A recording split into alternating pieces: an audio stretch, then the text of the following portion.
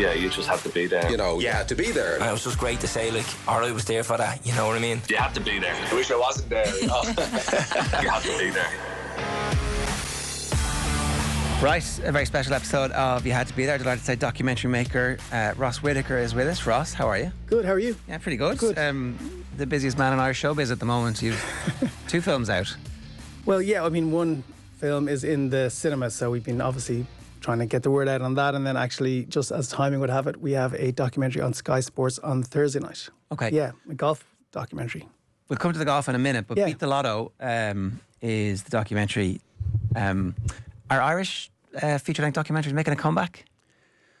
I don't know if they ever went away. Like, I mean, it's documentaries are always tough. Like, the truth is, people don't immediately think of them as something they go and see in the cinema. Like, we were coming out the same weekend as Jurassic Park. You know, that's a tricky kind of sell. You know what I mean? So, but there have been so many great ones over the years, and I think it's something that started about 15 to 20 years ago. There was an emphasis within our Irish funding body, Film Board, and then Screen Ireland, which is funded by the taxpayer and all the people that are listening to this, to put a bit more emphasis on documentaries. And that has sort of borne fruit over the years. It started slowly, and now I feel like we've got about 15 or 20 feature docs being made every year. And like, the thing about documentary is it is a bit different to going and seeing Jurassic Park, but also, like, docs, they really reflect society either now or in the past in a way maybe that you don't always get in fictional or drama films.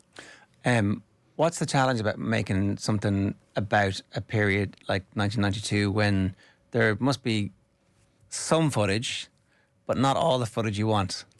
Well, in this case, there actually was a lot of footage because we were so lucky that that particular story had really captured the imagination of the media and press at the time, which I suppose is quite different to now in that it wasn't so wall-to-wall, but there was still an RTE reporter called Mark Little who went on to bigger things, I suppose.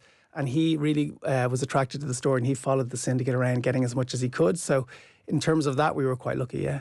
Okay. So when did you hear about the story first? What? Well, I remember it. Like, I was a kid in school, and I do remember it. But I was at a wedding, and I was asking this guy about, like, what he did, and was there a documentary in it? Because sadly, I'm always on the lookout for documentaries. You know, it's some kind of failing that I now have. But yeah, I was chatting away to him, and he said, no, what you really need to make a documentary about is that time when the guys tried to fix the lottery, and the light bulb went off, because I went, that is a perfect story to be made into a film. But it took me a while to persuade other people that it was a perfect story to make into a film, and that was over 10 years ago, but here we are now. Yeah. Okay. Yeah. So what's the distinction between that? You say, like, as opposed to turning it into a feature film as opposed to a documentary?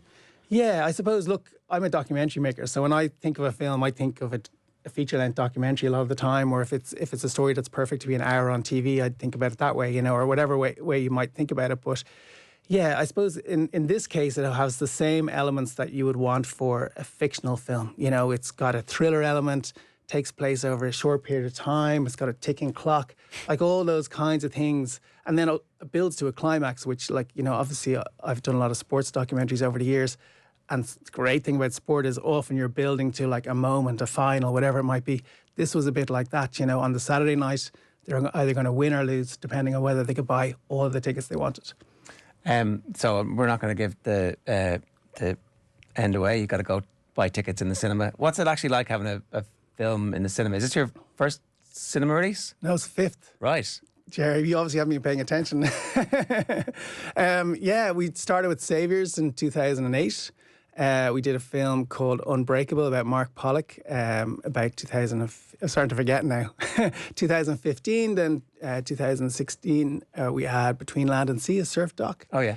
And then 2018 we made a film about a little known boxer called Katie Taylor. And that got a cinema release? Yeah, that was released in cinemas. Yeah, I didn't realise. It actually did pretty well in the cinema. Like, a lot of people went to see it. So yeah, it's funny. I suppose, like, people ultimately, even if you had the greatest cinema release of any documentary, like, that might be 40,000 people go to see it in the cinema. Right. You know, a good broadcast on RTE is still 400,000 people. It's 10 times the numbers, you know what I mean? And if people are watching the All-Ireland final, that's 1 million people, or the Six Nations is something like that too. So, you know, the numbers on TV, it's still by far the biggest way you can put a documentary out into the world. But there is something about actually going to see your own thing in the cinema, the lights go down. Yeah, and when you're making these films and they're feature length, like, there is a different technique to it, and you are attempting to make something that people will sit in a dark room and experience in a different way. They'll definitely, I suppose, get all the nuances and layers that they wouldn't normally get, or they wouldn't automatically get when they're watching on TV. And maybe there's a few more distractions around now more than ever, you know. So, and definitely with Beat the Lotto, like we really made it for the cinema. You know, it really unfolds like a thriller, like a bit of a caper, because there's plenty of humor in there too. So, you know, and that's the feedback we're getting. Like people are like, oh God, I really need to tell everyone to go and see this on the big screen, because it is such a great experience in that way. It's really fun. People are getting that buzz, you know, because there's a lot of laughs in there. So you're getting that kind of collective experience of enjoying those laughs with an audience, you know, which is a bit different. No, totally different. I think that like we might take cinema for granted because it could so easily disappear. Like it's so cheap for people to have a 50-inch screen and surround sound at home, and every piece of content in the world is available legally or illegally for people at the moment. That like if we don't actually keep going to the cinemas, then there'll be nothing but Jurassic Park on IMAX. Yeah, and it's a funny one. Like people often talk about the cinema like as like, oh, it's got a bit expensive. The tickets are a bit more than they used to be and stuff like that. But I just think like I know there were years of work that people are putting into these films, or in the case of those bigger films, like where are you going to get something that costs 300 million available to you for 15 quid? You know, so like to me, it's like one of the best experiences you can have for under €20, and go along and or you know bring your family or go with friends or whatever it might be. Like it's still, I mean, and that's why I'm in what I'm in, because I love it. Like that's me. But maybe we have got to like, and it's completely normal. And obviously we had COVID, and you know no one wants to talk about that. But it got us more used to sitting on the couch and watching amazing stuff that's being made for, you know, the streamers and so on. I suppose that's why I was asking about the comeback of the documentaries. I've been Blue Road, the Ed O'Brien documentary, has done really well in the UK, and there's kind of this sense that there's a movement of people actually happy to go out, and their Friday entertainment is going to be going to see documentaries like yours. Yeah, you hope so. But I think like no one should be told you have to go to the cinema and you have to support films. They should go and see them because they want to and because they read the review and they go, you know, that film got a great review and it's obviously really good, and that's going to be an enjoyable evening, and I'm going to get out of the house and go and see that. Like, you know, you kind of, I almost like would never regret going to the cinema. And I think most people feel like that. Sometimes it's just that little bit of extra effort to go and do it. But yeah, like the effort like the competition out there for docs even alone, like, you know, you mentioned Ed O'Brien films, absolutely brilliant, you know, and you go like, that's another Irish doc. As I said, there's 50, like, I was looking at all the films that were getting nominated for awards last year, Irish documentaries. There must be 10 plus Irish documentaries that got won awards or got nominated for awards either here or elsewhere. Same as happening this year. Like there's a quality there, I think, that has risen over the years, and that's just pushing everyone up. Like, you know, like sports, the more competition it is, the standards go higher. On that, right, I've been thinking a little bit about how there's a call at the moment for us to fund football.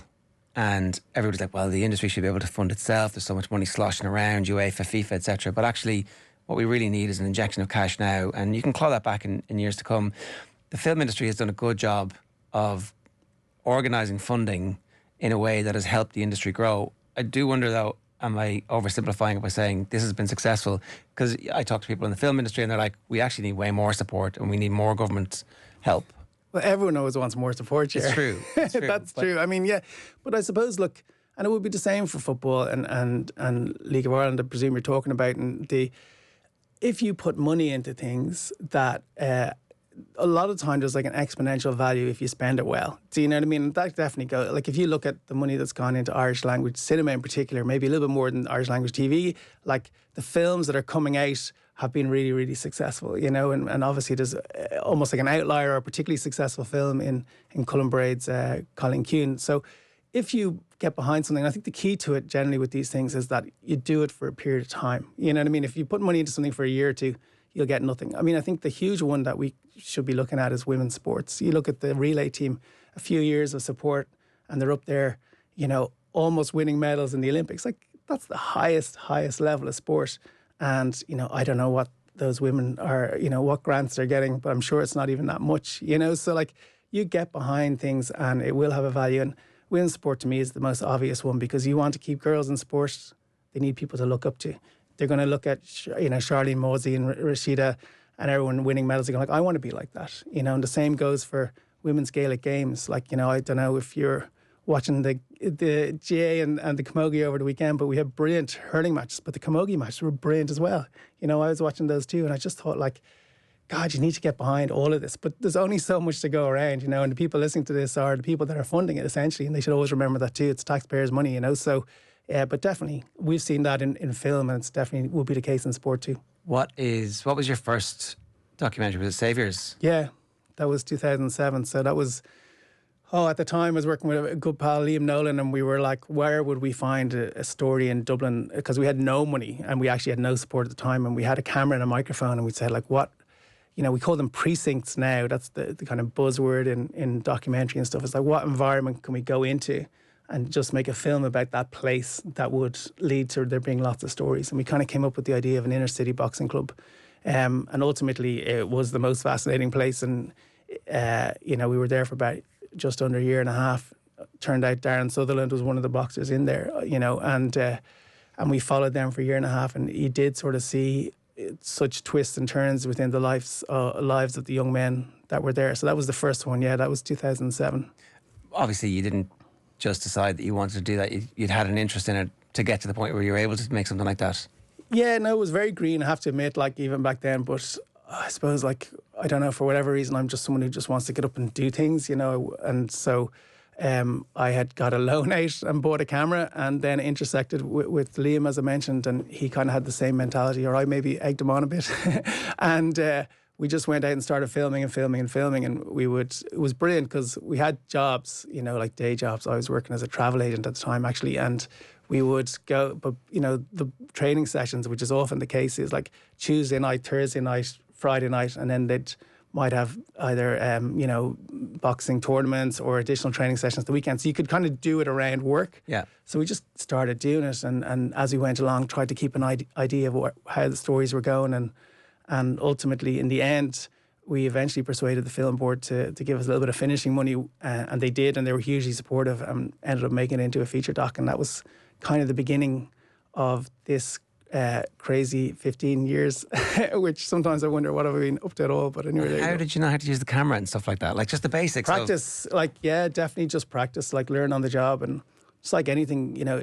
I mean, you know, this is getting a bit technical, but like I always say to any young filmmakers, is like learn a skill. Either learn how to use the camera, or learn how to use a microphone, or learn how to edit, because then you'll actually have something you can make. You can make something with that, you know what I mean? Or you're of value to somebody. So you can get on shoots and see other people do stuff. Yeah, exactly. And sometimes then when I started getting a bit more into it, even off the back of Saviours around the same time, I'd come in as like a, you know, production assistant or assistant producer on other people's work. And because I was able to shoot camera, I would be like, oh, will you do a bit of second camera? And yeah, that kind of led to me getting work alongside the stuff I was trying to do. And yeah, then, you know, if you're just doing something, your experience grows and grows and grows really quickly. Can I just, what were you consuming at the time? In terms of films and stuff like that? Yeah, I mean, the early... it's a long time ago now. But like the ones that stood out, like obviously When We Were Kings, I watched when I was a kid, and that was just like really stood out. And that was probably the one thing that made me think, oh God, there's documentaries in the cinema. And I found that film just really, I suppose, like powerful. A Year Till Sunday was a big one, you know. Some guy just was there with a camera in a dressing room and made this fantastic film. So that was like a huge inspiration, you know what I mean? And there were other things like there was the Chavez documentary about the coup.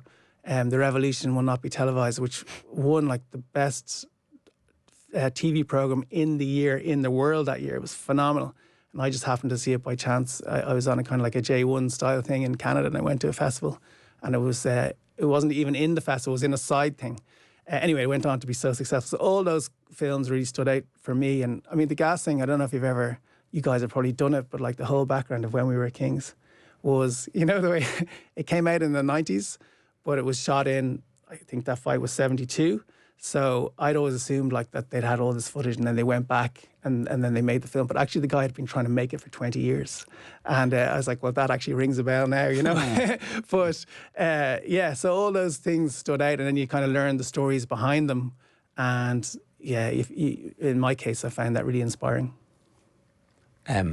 Even though it's like a lifetime of people saying, no, we're not going to give you money for this. What are you doing? Why are you trying to make this film? It's crazy. No one's going to watch it. Yeah. And then you make it like, oh, I knew it was always going to be a success all along. Yeah, you do. It's funny when you get, like, this is a really good example in Beat the Lotto, which, you know, we're getting great reviews and people are loving it in the cinema, but and it seems like such a no-brainer now to make it, you know, and I'm talking about it and saying to you guys, like, oh yeah, like it's got all the perfect elements of a film or a documentary, but actually along the way we managed to be turned down by pretty much every funding body we were eligible for. So yeah, I think it's one of those things where sometimes your determination convinces other people, or your desire to keep it going, your belief in the project. And I suppose, like, I mean, again, if this is interesting to people listening, but certainly I found that, like, a lot of times with funding, it's just bad timing. Do you know what I mean? It's not necessarily a bad idea or they don't like it. It's just sometimes it's the timing. And if you stick with something, that timing can sometimes come back around to you. Do you have loads of other projects on the go? Yes. that are similarly of age, like you've been working on for such a long period of time? No, I've got a bit more ruthless now. No, yeah, I tend to try and sort of figure out a bit more quickly which are the ones that have an opportunity to be financed, because now I have a mortgage and children and stuff like that. I have to think about it a little bit differently. Yeah. Okay. Let's get to your list, right? Oh yeah. Were you drawn to Saviours because you were a sports fan already, or did this awaken? Well, I suppose you went straight to 2 sports documentaries when we asked you for. So you obviously love sport the whole time. Yeah, I love all sports, you know, and it just seemed to me always that, like, there is stakes in sport, like in terms of, you know, the person usually is striving to achieve a particular thing, and that really gives any film that you make an engine, you know what I mean? It's like, this is where you're going with it. It's taking you in a certain direction. At the end, it'll lead somewhere, and then you're looking for what are the stakes elsewhere in the person's life that you can sort of build into it, or what are the other layers to this story. So sport is, on one level, like, such a great area for documentary making. So I think my love of sport combined with that sort of obvious storytelling elements really led me towards sport. Yeah, definitely. So did you play sport as a kid? Not very well, yeah. No, I did play a lot of sport, and at the time I thought I was okay, but in retrospect now, thinking back, I probably wasn't very good at sport. Nothing wrong with that realization. Yeah, exactly. But I loved it. Played rugby, football. Never got to play any Gaelic games because my mother, turns out, wouldn't let me. I asked her a few years ago, how come I never got to, like, go to the local GAA club? And she goes, because all my dad ever did was watch GAA, and I just didn't want it in my house every weekend. So I only sort of came to appreciating Gaelic games a little bit later. But it was, and all those sports that kids play, like tennis during Wimbledon and cycling up the hill during the Tour de France and all those kinds of things, yeah. So when you were making your list, what was the hierarchy of stuff? Was it like... So what's on the list again? Katie Taylor's first pro fights? Oh, yeah. First pro title. Sorry, not first You fight. have to be there. Yeah, I mean, Katie, that was just... Like, obviously I was lucky enough, and again, it was timing more than anything, and just... What had happened with Katie was a couple of things. She had seen Saviours. So she actually went to see Saviours twice in the cinema. So, right. Yeah, there you go. That's a challenge to anyone. Beat the Lotto this week. Be the one that goes to see it twice. But no, so that background helped. And then I had done a bit of filming for a doc about Bernard Dunn. And Brian Peters was Bernard's manager at the time. So the kind of confluence of those factors of Brian becoming Katie's manager, and then me having done Saviours, which Katie had liked, kind of... One thing led to another really quickly, and I got to make the documentary with Katie. Like, it literally happened. I got a call, and the next day we were filming her first press conference. But then... Does something like that get financed quickly just because everybody knows? I mean, that was the easiest one to finance, and also we had good access, and some of the early footage we got was really great, so we were able to show that. And you still start off with nothing, and you're a little bit on a wing and a prayer, but obviously with Katie you'd have a certain amount of confidence, and she's so fascinating and so brilliant. I don't want to derail from the list as well, but that point you said about starting with nothing, it's fascinating to me, because you envision the idea of a film like that. How you conceptualize it, like, is it completely just step by step by step, or are you working to some broader objective, some greater kind of whole? You know, kind of what you're aiming towards, because it comes into all things when you're talking about the financing. Even I don't know, like, almost like a symphony or something. I don't know how you pitch something from a scratch when there's so many little different bits to it when it's all finished. That conjunction, I just cannot get my head around it. Yeah, and the tricky thing is, like, to answer your question properly, is that you kind of don't know because you are, especially with something where you're following a story, anything could happen. Like, I mean, it didn't happen, but like, you know, in Katie's third pro fight, she could have broken her leg in some kind of freak accident and been out of the sport for a year, and then you'd be screwed. You know what I mean? So like, there is an element of trust with the funders, but what you do is you lay out an idea of where you think the story's going. And in Katie's case, it was like, you know, obviously things that happened in her family life and in her sporting life. She had lost at the Olympics. She was on the comeback trail. She wanted to see if, you know, I suppose behind the scenes, the idea was like, can she kind of put women's pro boxing on the map? So there was a lot of kind of obvious enough themes with that from the beginning that she's aiming towards. Do you know if that's going to work out or not? I suppose you're thinking within the pro sport, it'll be a while until she meets someone that's going to be her match at that point. There were some really good people around at her weight division, but they seem to be scattered, like, you know, away to bull. You know what it is like with boxing is that people sort of go to the place where they think they're going to win a title, but, you know, within a few kilos either side of her, and she's gone on to meet people like that, like Chantel Cameron and obviously Amanda Serrano, who she's fighting again this weekend. But you knew she'd get a certain way down the trail towards winning a pro world title. So, you know, you had a certain amount of confidence with that, and then there's enough going on the other layers. So in that case, you find it reasonably easy to pitch, but sometimes it's extremely hard because people just do not know what's going to happen within a story. Sometimes that's why the retrospective stories about something that happened, say, 20 years ago, where you know what happened, but you can also put it in cultural context. Like if you look at 30 for 30 on ESPN, they don't do stories in the last few years. Yeah. All the stories are at least 20 years old because they can say, okay, we can see the impact that this had on society and culture. So the retrospective ones can sometimes be easier than the following kinds of ones. Yeah, but yeah, coming back to the list, I suppose, yeah, being in the dressing room when Katie Taylor won her first pro fight, you did have to be there. You know what I mean? Like that was a really, really special moment to see that. And also, she'd actually been sick as a dog the whole week, like really, really unwell. So, you know, again, she would never say that, and no one around her would ever say that. Like she wouldn't see that as an excuse. She'd never make an excuse for anything. And as you know, athletes often carry a lot of injuries and sicknesses and stuff that nobody knows about. But being there and seeing what she went through that week and then to go on and win the title was pretty special. How many of you are and your team, you and a camera person, you and a camera and a sound person, just you? In that situation? Like, well, there's obviously like behind the scenes there'd be a wider, small team. Like I work a lot with my friend Aideen O'Sullivan and we work together and kind of come up with ideas together and try and figure out how to make them. In that case, say in the dressing room, it would just be me. Like there wouldn't really be room for anyone else, you know, and yeah, it's the best way for people to sort of forget you're there is be as few as possible. That's where learning the skills of the camera are beneficial. Exactly. Like you're not hiring somebody else to do it. Not sorry, there's no room for you. There's no room for your cameraman. You're like, what? Yeah, exactly. And people also, like when you think about it, say with Katie or anything like that, where you're following them, you want to be able to go everywhere she goes, you know, at the drop of a hat. So like, you know, you're in a press conference and suddenly an opportunity comes up for her to go and meet someone or whatever. You want to be able to like jump in the car. If you've got 3 or 4 people and another vehicle parked around the corner and all this kind of stuff, then you just can't have that kind of flexibility. So there's something really nice about just having the camera yourself and off you go. Do you mic her up? Yeah. Yeah. Yeah. So she's mic'd up? She's mic'd up. Usually you'd have 1 or 2 radio mics, put them on significant people. If someone's, you know, talking closely to someone, you can pick that up as well. But yeah, and when do you take that off? Like when? Yeah, you never want to take it off. Like no, on fight day she wouldn't wear one, but on the days leading up to it, yeah, we would have had one on her. Obviously not in the ring, but elsewhere. Okay, so that was first on your list. Yeah.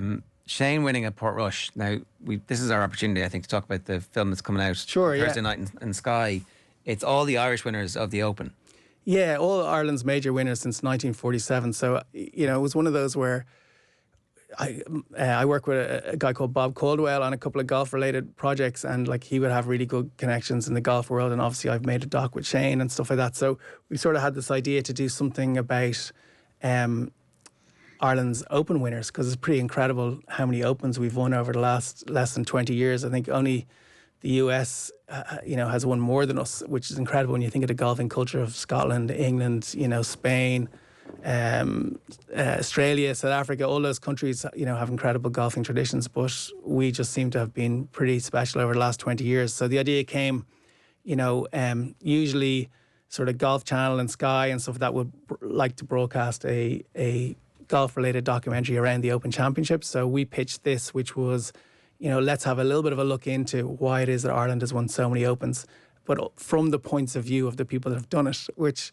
at the time seemed great, and it did turn out well. But in retrospect, like actually getting all 5 of our major winners from the last 20 years was fine, but probably actually a bit of a win to get them all. Yeah, so I mean, and it turned out really well. I mean, and it was great, to interview Rory and Shane and Padraig and Graham McDowell and then obviously Shane, and then Paul McGinley makes a great contribution as well. He's so knowledgeable. So, it was really, I suppose, them telling their story in their own words across an hour of television, and and sort of thinking themselves a little bit about why this has happened. So that's out on Thursday. Thursday night on Sky Sports, yeah. When you were doing the Shane documentary, was that a retrospective or were you following? Yeah, it was. I was up at the Open. I got tickets for my dad's 70th birthday and went up with my dad, my mum, my dad's friend, and we went up for the Saturday and Sunday. And Just as fans? Just as fans, yeah. And like would have been a huge fan of Shane's anyway. So like to be there when he won, I mean, it was, anyone who was watching on TV or has seen the clips will know it was absolutely crazy, I think the Saturday is the greatest individual Irish sports performance because he crushes the field. Yeah, an hour. He smashes them. Absolutely destroys them in an hour. You know what I mean? It is incredible what he did. But all, like, if I sometimes wonder, do we actually realise what they've achieved? If we'd 5 Irish people winning major tennis tournaments in the last 18 years, would we think about it a little bit differently? I don't know. I mean, maybe golf there's huge numbers play golf, and maybe it's a little bit more niche, but the achievements are absolutely incredible. It's a preposterous level of success. It is preposterous, it's off the charts. Like, so in this, we get to talk to all of them about it, which was really cool. So what was Shane's documentary? Was a retrospective where you could just sit down and so I sort of was driving back from Portrush and just thinking like, oh my God, like he's got such a great story, and to come up and do this and do it at home and put it in the context of us having the Open on Irish soil, like putting all that together was like, so then I just had to try and track him down, which took a while. But I crashed. I probably was ringing you, actually. I was ringing everyone I knew in sports and saying where, because usually people may not realise this, but usually when something good like that happens, within a week or so, there'll be some kind of press day. And I'd witnessed that through other documentaries and stuff. So I was getting on to everyone saying, like, when is there going to be a Shane Lowry press day and where is it going to be and so on. And eventually found out about 10 minutes before it started that it was on, and I cycled up there onto Leeson Street and crashed the press day and eventually got talking to Shane's manager and started a conversation that led to making a documentary with him, yeah. What's in it for someone like him? Like, well, there's if you want to know my pitch to him. Yeah, there's obviously an ego side to it, but like when they have...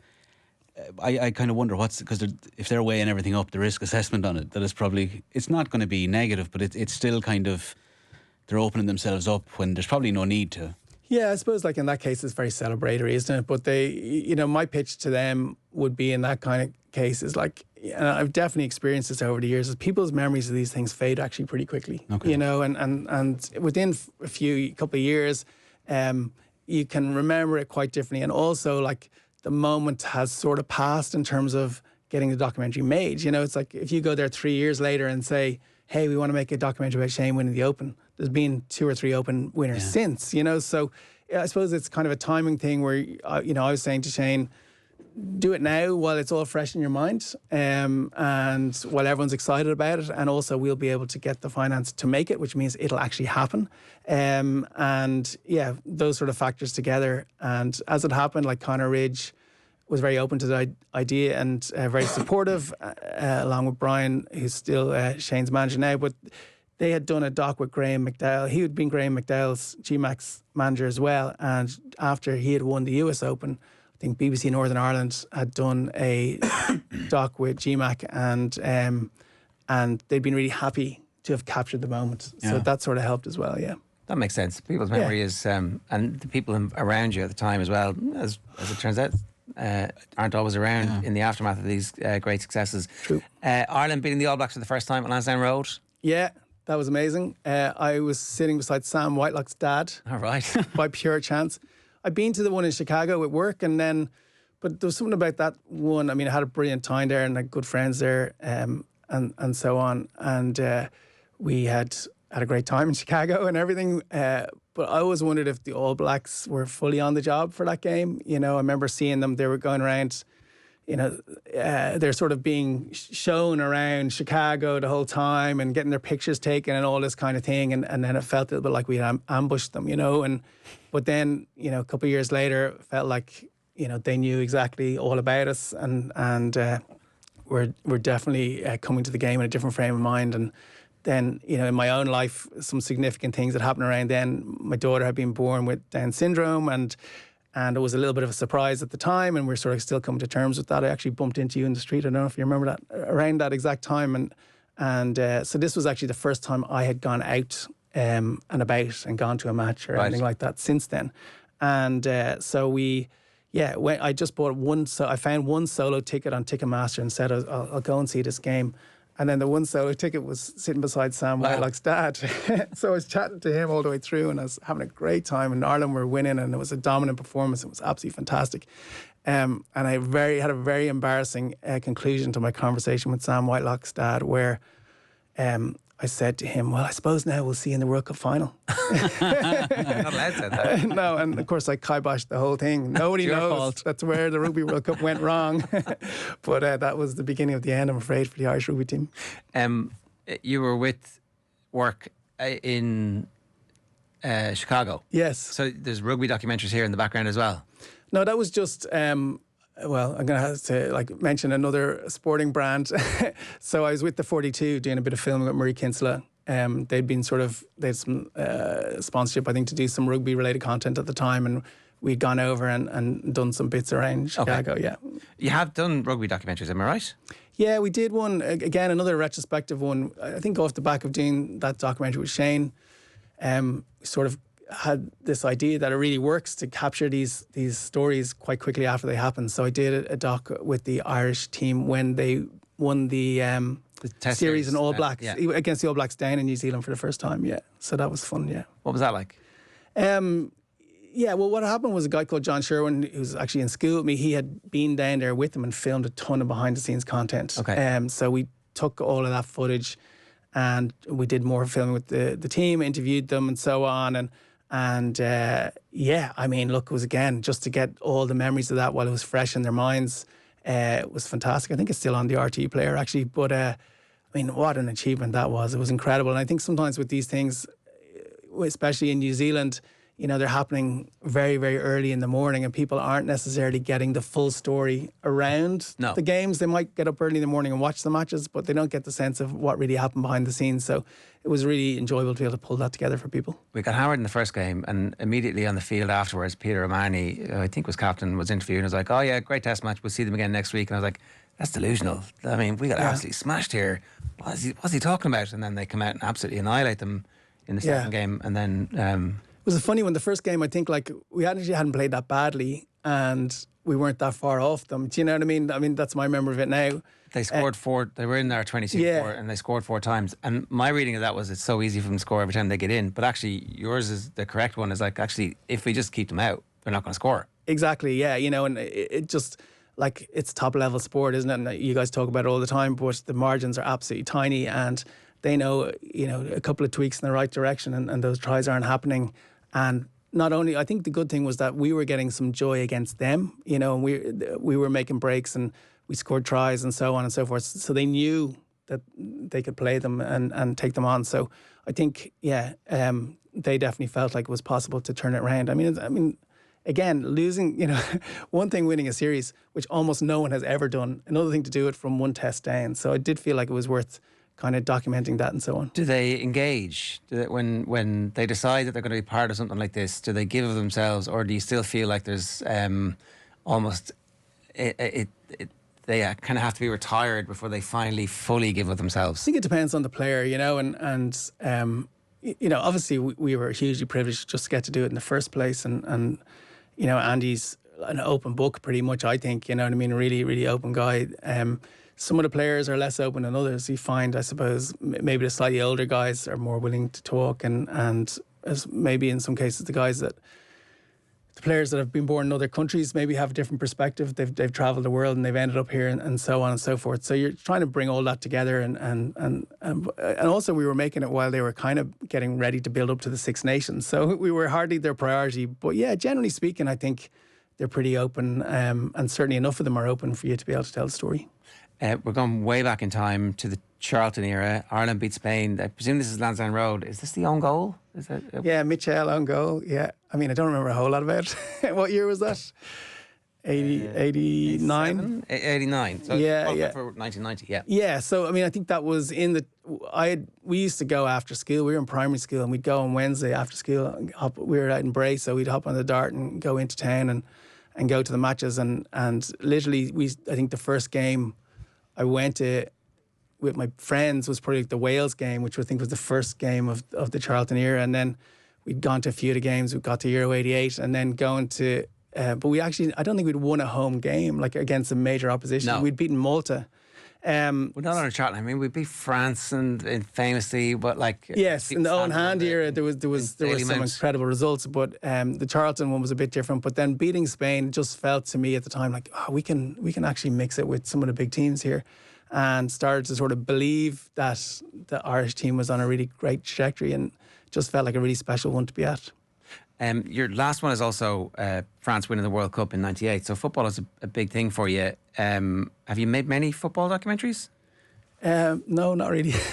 I mean, I think football is very tricky in terms of access. You know, even like, well, first of all, like, you know, the Irish soccer team's golden era was kind of before I've been making documentaries. I've done a documentary with the women's team, which I think was a brilliant experience. I absolutely loved them. And that was a fantastic experience on, you know, I'd love to be involved in docs about, you know, Premier League teams maybe and stuff like that, but never going to happen, you know, not from the base of Dublin. But yeah, it's... So yeah, in terms of the World Cup in '98, I'd bought tickets to go and stay in France. I ended up working in a bar and living there for most of the year, and then we didn't qualify. But that night when France won, I wasn't at the match, but I was working in the pub, and it was just the most. We were right in the middle of Paris, and just seeing a whole. Was it one of the Irish pubs? Yeah, it was called Cars. Which is quite close to the Louvre and stuff like that. And that night, a bunch of interesting people came into the pub. Ali McCoist, Alex McLeish, Lisa Stansfield, and John Motson. So we were serving them and then ultimately drinking with them later on that night. And yeah, you definitely had to be there for that. Like, that was great fun. So like, Ali McCoist was absolutely hilarious. And he was in with a couple of Scottish lads, not famous footballers or anything like that, and they drank the place dry. It was unbelievable. But I remember Ali goes to me, first of all, you know, you have that thing where you know you recognise someone, but you don't know where you know them from. And then, so then he comes over and I'm like, oh, fuck it. Right. Oh no, I know this person from somewhere. And then he said, listen, I'm not going to do a Scottish accent, but you know, we're going to be having a fair few pints of Guinness here, so they take a while to pour. So when I want another round for the lads, I'm just going to give you a nod, all right? And I was like, yeah, no problem.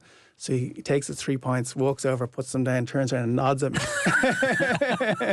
And I was like, oh, wow, this is going to be a long night. So, yeah, but then we had Lisa Stansfield singing later on in the pub. So, yeah, definitely a memorable night. Was there a connection? No, just by chance. I guess the whole world converged on Paris that weekend, and because we were central, people were just happening across the pub. Yeah. John Motson was there. I think it was his 30th birthday. He already seemed to me like he'd been around forever.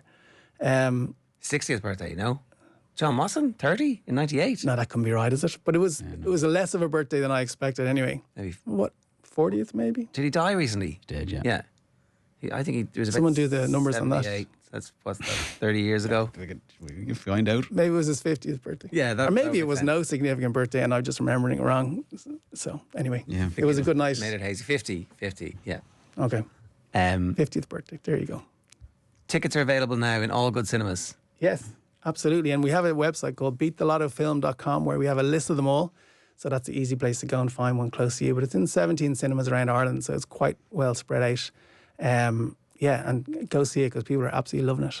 That was a classic. You had to be there. Ross, thanks very much. Thank you very much. We will see you tomorrow, folks. Off the ball breakfast. With UPMC Orthopaedic Care. When things don't move, rotate or bend like they used to, choose us to help you get back in action.